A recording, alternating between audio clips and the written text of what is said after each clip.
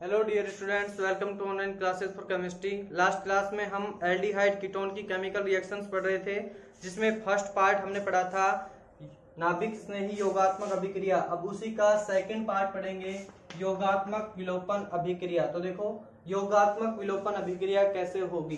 तो योगात्मक विलोपन अभिक्रिया की बात करें कि जब एल्डिहाइड कीटोन की अभिक्रिया अम्लीय माध्यम में, एल्डिहाइड या कीटोन की अभिक्रिया अम्लीय माध्यम में, एसिडिक मीडियम में किसी अमोनिया व्युत्पन्न के साथ करवाएं।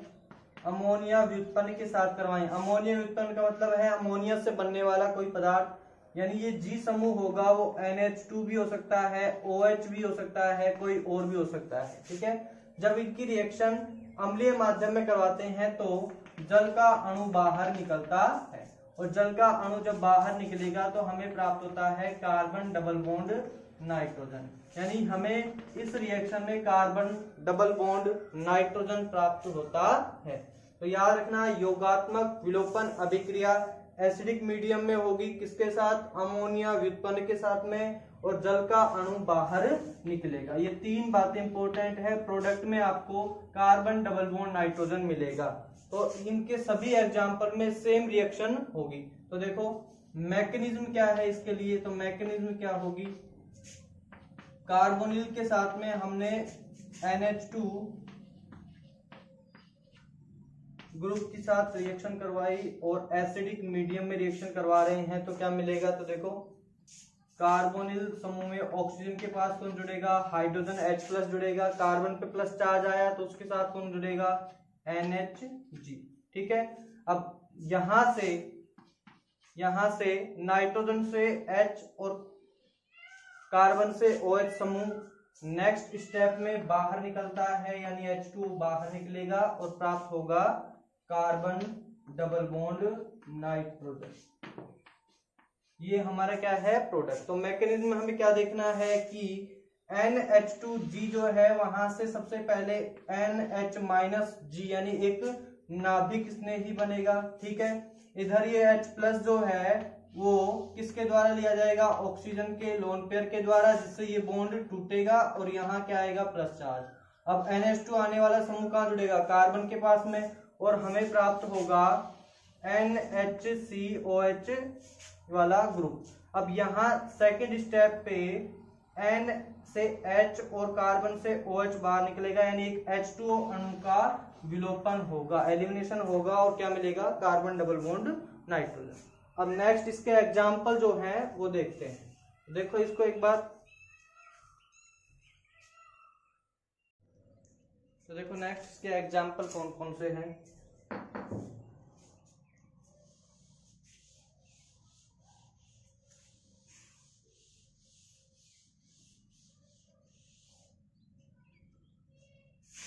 फर्स्ट रिएक्शन है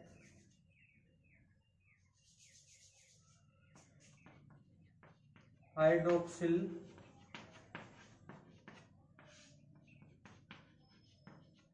एमीन से। पहली अभिक्रिया क्या है? हाइड्रोक्सिल एमीन से अभिक्रिया। हाइड्रोक्सिल एमीन क्या है? तो हाइड्रोक्सिल समूह OH है, एमीन कौन है? NH2 को क्या बोलते हैं? एमीन। यानी NH2 और OH दोनों समूह आपस में यदि जुड़े हो तो उसको क्या बोल रहे हैं हम? Hydroxyl amine. तो NH2OH की रिएक्शन करवा रहे हैं एसिडिक मीडियम में, किसके साथ में? किसी भी कार्बोनिल के साथ में, किसी भी कार्बोनिल के साथ में। तो देखो जब ऐसा करेंगे तो क्या मिलेगा? जल का अणु बाहर निकलेगा। सेम मेथड बताया सबके लिए। जल का अणु बाहर निकलेगा, क्या मिलेगा? Carbon double bond nitrogen. Carbon double bond nitrogen OH समूह, यानी हमें एक ऑक्सिम प्राप्त होगा। क्या बोलते हैं इसको? ऑक्सिम। कार्बन डबल बॉन्ड नाइट्रोजन के साथ में यदि OH जुड़ा है तो इस समूह को बोलते हैं ऑक्सिम। तो देखो किसी हाइड्रोक्सिल एमीन की अभिक्रिया कार्बोनिल यौगिक से एसिडिक मीडियम में करवाने पर ऑक्सिम प्राप्त होता है। अब इसका एग्जाम्पल कोई भी ले सकते हैं। कार्बन के साथ में यहाँ पे आप यदि दोनों तरफ, एक तरफ R और एक तरफ H जोड़ दो, ये बन गया एल्डिहाइड। इससे रिएक्शन पर कोई फर्क नहीं पड़ेगा, केवल प्रोडक्ट में यहाँ R और H आ जाएगा बस। कीटोन है तो यहाँ आर आ जाएगा, यानी रिएक्शन पर इन दोनों ग्रुप का कोई इफेक्ट नहीं पड़ेगा। एल्डिहाइड हो या कीटोन हो उसका कोई इफेक्ट नहीं पड़ेगा। रिएक्शन देखनी है केवल कार्बोनिल समूह की, केवल CO समूह की रिएक्शन हमें देखनी पड़ेगी। इसका नाम लिखते हैं, तो नाम लिखने के लिए पहले इस एल्डिहाइड या कीटोन का नाम लिखो, उसके बाद में आगे उसको जोड़ो, किसको, ऑक्सिजन को। जैसे एसिटाल्डिहाइड था, एसिटाल्डिहाइड हमने यहाँ पे लिया मान लो CH3CHO, एसिटाल्डिहाइड लिया, उसके साथ में हम रिएक्शन करवा रहे हैं NH2 की, हाइड्रोक्सिल एमीन की, जल का अणु बाहर निकाला, उसके बाद क्या बना CH3C डबल बॉन्ड N और OH, तो CH3C, इसको बोलते हैं ऑक्सिन। तो इसका पूरा नाम क्या होगा, तो पूरा नाम लिखने के लिए कैसे लिखते हैं, तो देखो एल्डिहाइड कीटोन के नाम को पहले लिखेंगे, उसके बाद में लास्ट वाले ग्रुप का, नाइट्रोजन वाले ग्रुप का नाम लिखते हैं। जैसे इसका नाम लिखेंगे एसिटाल्डिहाइड ऑक्सिन, तो पूरा नाम इसका क्या जाएगा, एसिटाल्डिहाइड ऑक्सिन। ठीक है, इस तरीके से इसका नाम लिखते हैं। बाकी एल्डिहाइड कीटोन का कोई फर्क नहीं पड़ता। सेकंड एग्जांपल है हाइड्रेजीन से अभिक्रिया, सेम मेथड है सब, हाइड्रेजीन से अभिक्रिया। अब हाइड्रेजीन क्या है, तो देखो NH2 इसको बोलते हैं हाइड्रोजन। ये कार्बोनिल समूह है, कार्बोनिल समूह के साथ में हाइड्रोजन, जल का अणु यहां से बाहर निकला, मीडियम क्या लिया, एसिडिक मीडियम, जल का अणु बाहर निकला, क्या मिलेगा, तो मिलता है NH2N डबल बॉन्ड C। ठीक है, एक हमें ऐसा अणु मिलेगा जिसमें कार्बन डबल बॉन्ड नाइट्रोजन और नाइट्रोजन नाइट्रोजन के बीच में सिंगल बॉन्ड, इस ग्रुप को बोलते हैं हाइड्रेजोन। हाइड्रेजोन क्या बोलते हैं, हाइड्रेजोन। अब देखो यहां हमने यदि एसीटोन लिया है, यहां पर क्या लिया है, एसीटोन लिया है, तो एसीटोन से क्या बनेगा, एसीटोन हाइड्रेजोन, एसीटोन हाइड्रेजोन। तो पूरा नाम लिखने के लिए हम क्या करेंगे, पहले कीटोन समूह का या एल्डिहाइड समूह का नाम लिखेंगे, बाद में नाइट्रोजन ग्रुप का नाम लिखेंगे। नेक्स्ट है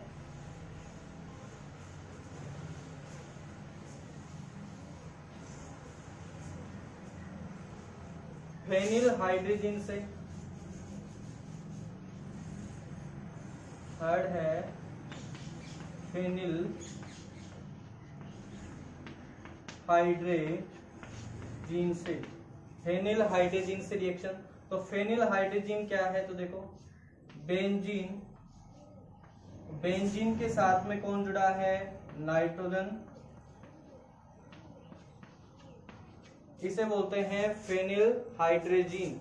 अब फेनिल हाइड्रोजन की रिएक्शन करवाएं, किसके साथ में करवा रहे हैं, कार्बोनिल समूह के साथ में, एसिडिक मीडियम में, कौन बाहर निकलेगा, जल का अणु, कहां से, ठीक है।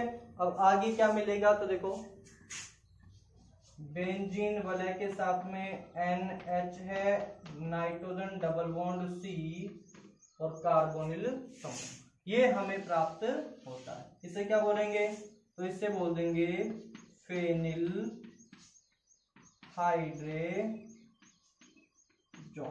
कौन मिलता है, फेनिल हाइड्रोजन हमें प्राप्त होता है। रिएक्शन को देखो, फेनिल हाइड्रोजन की रिएक्शन किसी कार्बोनिल यौगिक के साथ में एसिडिक मीडियम में करवाएं तो जल का अणु बाहर निकलता है और हमें फेनिल हाइड्रोजन प्राप्त होता है। नेक्स्ट क्या है, तो देखो 2,4-डाइनाइट्रोफेनिल हाइड्रोजन। नेक्स्ट एग्जांपल लेते हैं 2,4-डाइनाइट्रोफेनिल हाइड्रोजन की रिएक्शन। 2,4-डाइनाइट्रोफेनिल हाइड्रोजन, फेनिल हाइड्रोजन के साथ में रिएक्शन करवाएं तो देखो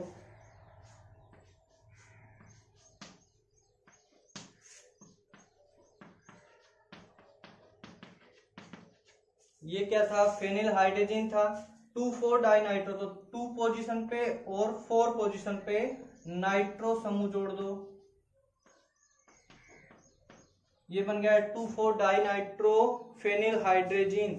और इसकी रिएक्शन कार्बोनिल के साथ करवा दो, एसिडिक मीडियम में जल का अणु क्या निकाल दो, बाहर कर दो,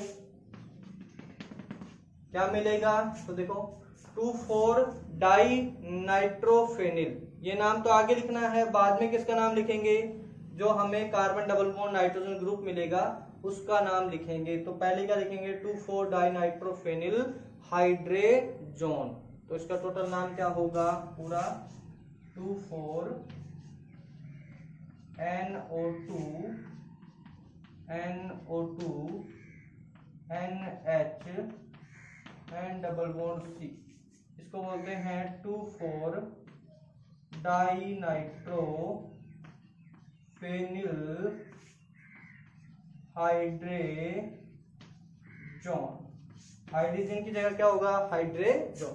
तो ये नाम था किसका, 2,4 डाइनाइट्रोफेनिल हाइड्रोजन से बनने वाले कंपाउंड का। तो कैसे बना, वही मेथड है, कोई नया नहीं है। एसिडिक मीडियम में जल के अणु को हमने बाहर निकाल दिया, जिससे क्या प्राप्त हुआ, तो हाइड्रोजन हमें प्राप्त हुआ। नेक्स्ट है सेमी कार्बेजाइड के साथ में रिएक्शन।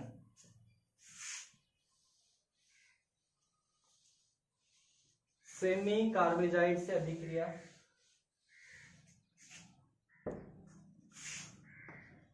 नेक्स्ट है सेमी कार्बेजाइड से अभिक्रिया। तो देखो सेमी कार्बेजाइड क्या है, NH2C NH2 NHCO, ये होता है सेमी कार्बेजाइड। तो इसका टोटल नाम क्या हुआ, इसको बोल देंगे सेमी कार्बेजाइड। और सेमी कार्बेजाइड के साथ में यहाँ पर क्या लें, कार्बोनिल, और उसकी रिएक्शन करवाएं एसिडिक मीडियम में, तो हमें क्या प्राप्त होगा। तो देखो इन H2 को बिल्कुल वैसे लिख दें, ठीक है। साथ में क्या ले रहे हैं, कार्बोनिल, जल का अणु बाहर निकलेगा, मीडियम एसिडिक होगा, तो मिलता है carbonyl double bond nitrogen NH, और इसे क्या बोलेंगे, सेमी कार्बेजोन। क्या बोलेंगे, सेमी कार्बेजोन। और किसका सेमी कार्बेजोन, तो यहां पर यदि CH3H है तो इसे बोल देंगे एल्डिहाइड, ठीक है। और एल्डिहाइड में भी कौन सा, एसिटाल्डिहाइड। एसिटाल्डिहाइड का सेमी कार्बेजोन जो है वो हमें प्राप्त होता है। तो यहाँ पर लिख देंगे एसिटाल्डिहाइड सेमी कार्बेजोन, ये इसका कंप्लीट नाम होगा। तो देखो इसको एक बार। तो नेक्स्ट देखो, ऑक्सीकरण अपचयन व हैलोजनीकरण रिएक्शन, थर्ड पार्ट है एल्डिहाइड कीटोन के लिए।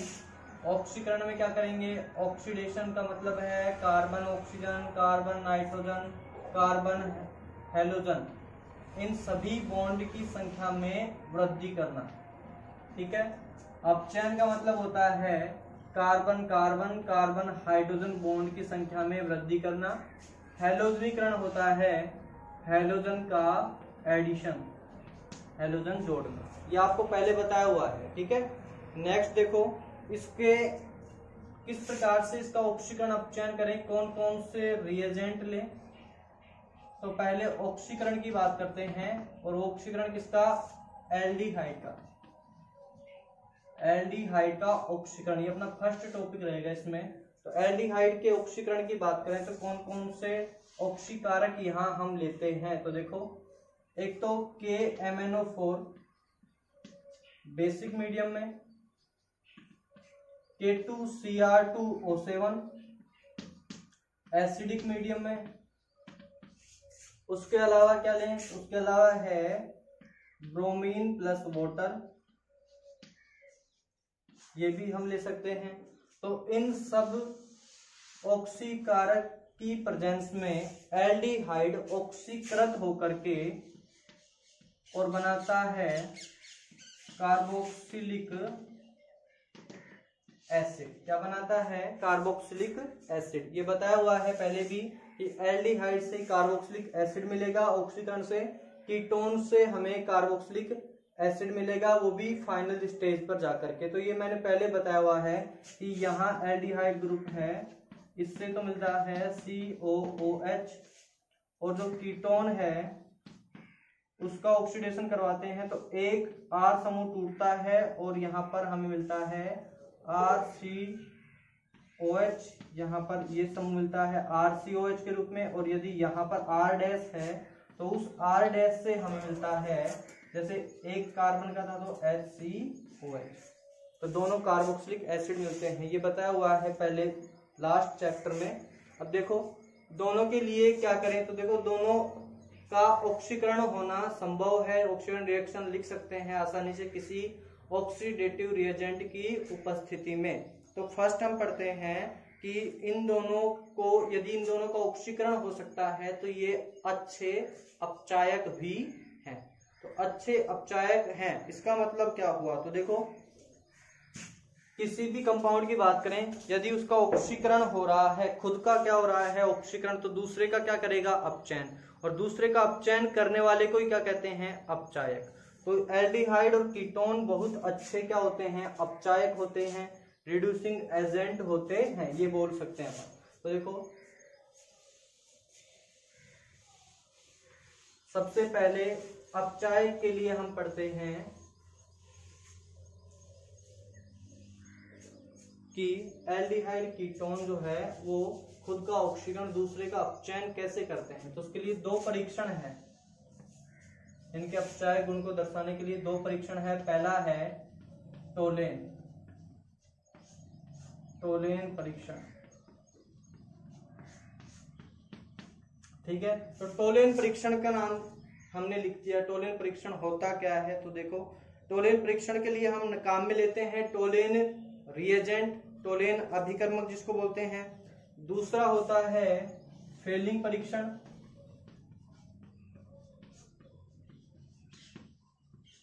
फर्स्ट था टोलेन, दूसरा है फेलिंग परीक्षण। तो देखो टोलेन और फेलिंग में अंतर क्या है, कैसे हम इसको डिफाइन करें आपस में। तो देखो सबसे पहले पढ़ते हैं टोलेन परीक्षण, और टोलेन परीक्षण में हम काम में ले रहे हैं एक रिएजेंट, विशेष रिएजेंट जिसे बोलते हैं टोलेन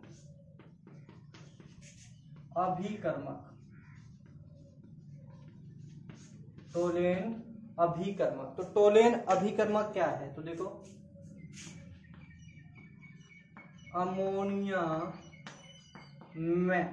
अमोनिया में सिल्वर नाइट्रेट विलयन, अमोनिया में सिल्वर नाइट्रेट विलयन को क्या कहते हैं? टोलेन अभिकर्मक। तो अच्छे से देखना, इसको इंपॉर्टेंट है। टोलेन फेलिंग दोनों एग्जाम के हिसाब से बहुत इंपॉर्टेंट है। टोलेन अभिकर्मक का मतलब है अमोनिया में सिल्वर नाइट्रेट विलयन। अब इसको बनाया कैसे जाता है? तो देखो सिल्वर नाइट्रेट विलयन और किसके साथ में? अमोनिया के साथ में यदि प्रेजेंट है तो उसे बोलते हैं टोलेन अभिकर्मक। तो फर्स्ट स्टेप इसके लिए क्या करें? तो देखो AgNO3 silver nitrate,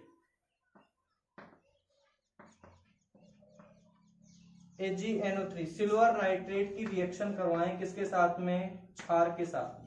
silver nitrate की रिएक्शन करवानी है क्षार के साथ में, और क्षार में क्या लेना है? NaOH, और NaOH की रिएक्शन करवाते हैं तो हमें क्या प्राप्त होगा? तो देखो जब हम सिल्वर नाइट्रेट की रिएक्शन करवाएं क्षार से तो हमें प्राप्त होता है Ag2O का अवक्षेप, प्लस में कौन सा है?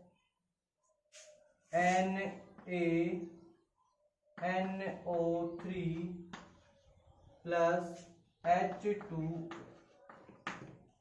तो फर्स्ट स्टेप इंपॉर्टेंट है, याद रखें। जब हम सिल्वर नाइट्रेट की रिएक्शन क्षार से करवाते हैं तो हमें Ag2O का अवक्षेप प्राप्त होता है, साथ में क्या मिलेगा NaNO3 और H2O। अब Ag2O की रिएक्शन हम करवाएं, Ag2O की रिएक्शन हम करवाएं किसके साथ में, तो अमोनियम हाइड्रोक्साइड के साथ में। सेकंड स्टेप की बात करें, इस Ag2O की रिएक्शन करवाएं अमोनियम हाइड्रोक्साइड के साथ में, और अमोनियम हाइड्रोक्साइड के साथ में रिएक्शन करवाते हैं तो क्या प्राप्त होगा, देखो AgNH32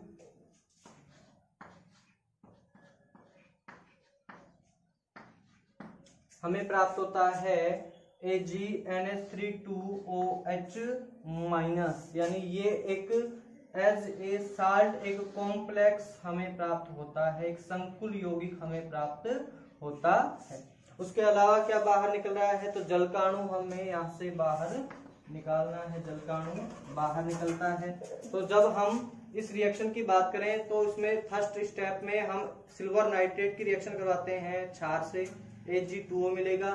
सेकंड स्टेप में Ag2O की रिएक्शन करवा रहे हैं NH4OH से, सोडियम हाइड्रोक्साइड से, और मिलता है टोलेन अभिकर्मक। अब टोलेन अभिकर्मक हमें प्राप्त हुआ है, तो ये टोलेन अभिकर्मक जो है ये क्या है, टोलेन अभिकर्मक का सूत्र है।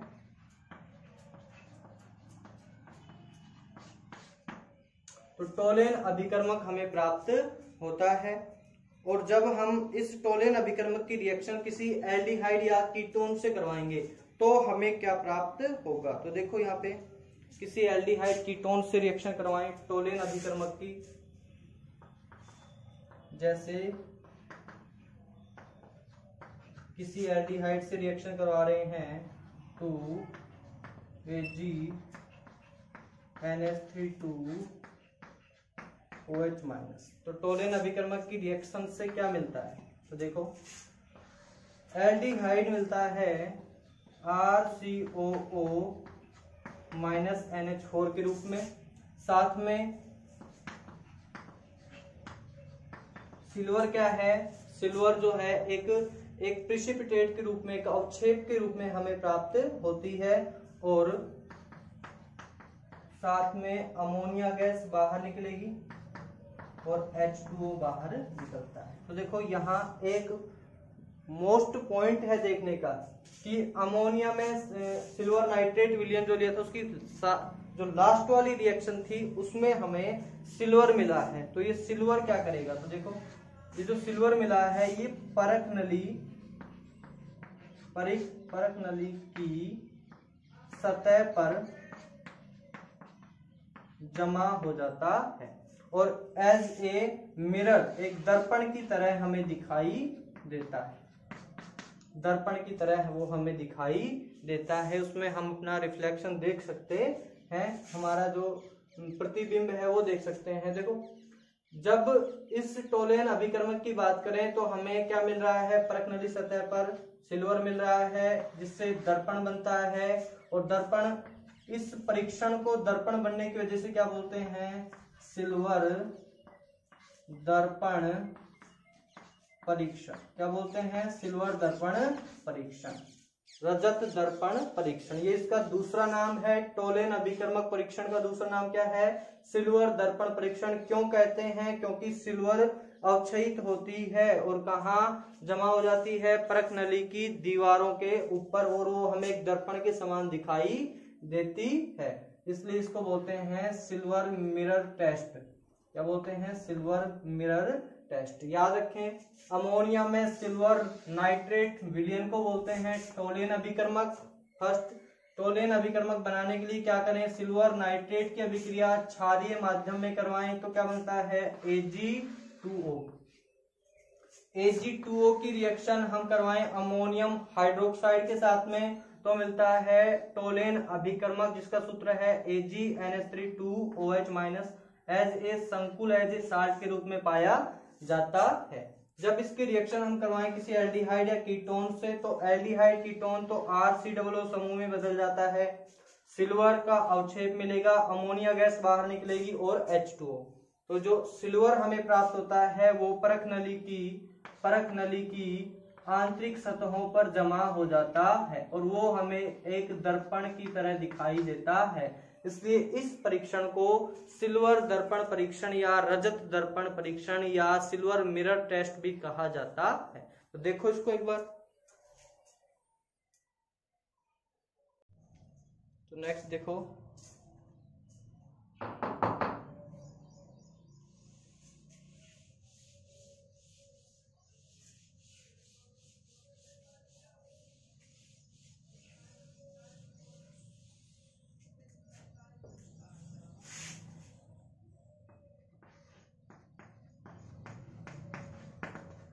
फेलिंग परीक्षण।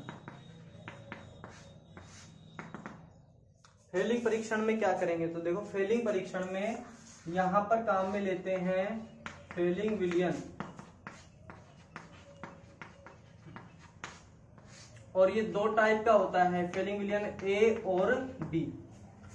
फेलिंग विलयन ए की बात करें तो इसमें होता है कॉपर सल्फेट का जलीय विलयन। बी की बात करें, बी में क्या है? तो बी में होता है रोसेल लवण। अब रोसेल लवण क्या है, इसका सूत्र क्या है? तो देखो इसको बोलते हैं सोडियम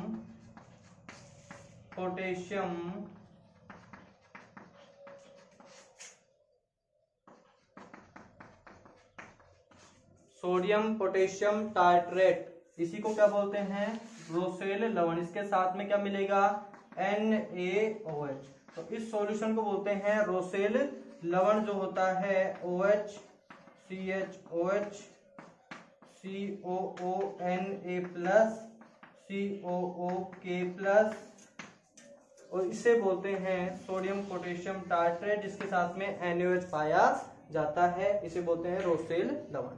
तो फेलिंग विलयन की बात करें, फेलिंग विलयन में दो टाइप होते हैं, विलयन ए विलयन बी। इन दोनों को मिला दें आपस में तो एक संकुल प्राप्त होता है जो नीले रंग का होता है, जिसे हम बोलते हैं क्यूप्रिक टार्ट्रेट। ठीक है, तो अब उसके बाद में हम बात करेंगे अपने रिएक्शन की कि कैसे हम अभिक्रिया करवाएं इनकी। तो जब CuSO4 की रिएक्शन, CuSO4 कॉपर सल्फेट का जलीय विलयन जो फेलिंग विलयन ए था, उसकी रिएक्शन करवाएंगे। तो कॉपर सल्फेट विलयन ए की रिएक्शन किससे करवाएं? तो देखो यदि हम यह अभिक्रिया करवाते हैं क्षार के साथ में जो फेलिंग विलयन बी में उपस्थित है, जब इसकी रिएक्शन इन दोनों को आपस में मिलाते हैं तो क्या मिलेगा? देखो इन दोनों को जब मिलाते हैं तो मिलता है Cu कॉपर सल्फेट के साथ में NaOH मिलाया तो मिलता है हमें Cu के साथ में क्या है? OH, यानी एक कॉपर हाइड्रोक्साइड, साथ में क्या है? NaSO4, तो Na2SO4 SO4 -2 Na+1 2 1+, सही है बिल्कुल ठीक है। Na2SO4 यौगिक मिलेगा, CuOH2 मिलता है, यानी एक कॉपर का कॉम्प्लेक्स हमें प्राप्त होगा फर्स्ट स्टेप में।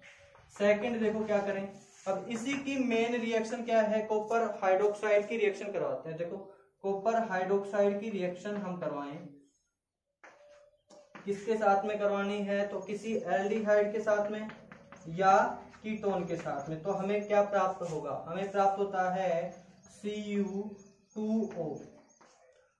क्यूप्रिक ऑक्साइड की जो रिएक्शन है, cupric oxide as a product हमें मिलता है, Cu2O हमें प्राप्त होता है। इसे बोलते हैं क्यूप्रस ऑक्साइड, जो लाल रंग का होता है। कैसे रंग का है? लाल रंग का। तो क्यूप्रस ऑक्साइड प्राप्त हुआ, साथ में RCOOH यानी कार्बोक्सिलिक एसिड हमें प्राप्त हुआ और जल का अणु बाहर निकलता, तो क्यूप्रस ऑक्साइड मिलता है। ये बात याद रखें, जब कॉपर की रिएक्शन हम इससे होती है, रोसेल लवण से होती है, तो क्या मिलेगा? तो यहां से दोनों H बाहर निकलेंगे, कॉपर माइनस आ जाएगा, और उसके साथ में कौन जुड़ेगा? कॉपर। कौन जुड़ता है? कॉपर। इसी तरीके से दूसरा अणु भी इसके साथ में जुड़ेगा और एक संकुल हमें प्राप्त होगा, जो कैसा होगा? नीले रंग का होगा। ठीक है, याद रखें फेलिंग परीक्षण में फेलिंग विलयन दो प्रकार का होता है, फेलिंग विलयन ए और फेलिंग विलयन बी। ए का मतलब है कॉपर सल्फेट का जलीय विलयन, बी का अर्थ है रोसेल लवण सोडियम पोटेशियम टार्ट्रेट के साथ में NaOH, सूत्र आपने देख लिया। इन दोनों की रिएक्शन कैसे करवाएं, तो देखो CuSO4 की रिएक्शन NaOH के साथ में करवा रहे हैं तो मिलता है CuOH2 प्लस Na2SO4। अब CuOH2 कॉपर हाइड्रोक्साइड जो है वो हमें यहाँ पर रिएक्शन में लेते हैं और वो रिएक्शन करता है किसके साथ में, एल्डिहाइड के साथ में, और उसे हमें एक कार्बोक्सिलिक एसिड प्राप्त होगा मेन प्रोडक्ट के रूप में, और साथ में कैसा रंग आएगा, लाल रंग आता है। लाल रंग आने का मतलब है कि यहाँ हमने एल्डिहाइड का ऑक्सीकरण कर दिया है, या ये बोल सकते हैं कि एल्डिहाइड ने क्यूप्रस ऑक्साइड जो था उसके रूप में CuOH2 का अपचयन किया, ऐसा बोल सकते। तो देखो ये दोनों परीक्षण हमने ऑक्सीकरण अपचयन व हैलोजनीकरण में पढ़ लिए हैं। बाकी जो रिएक्शंस हैं वो हम नेक्स्ट क्लास में पढ़ते हैं। तब तक के लिए इनको अच्छे से देखो।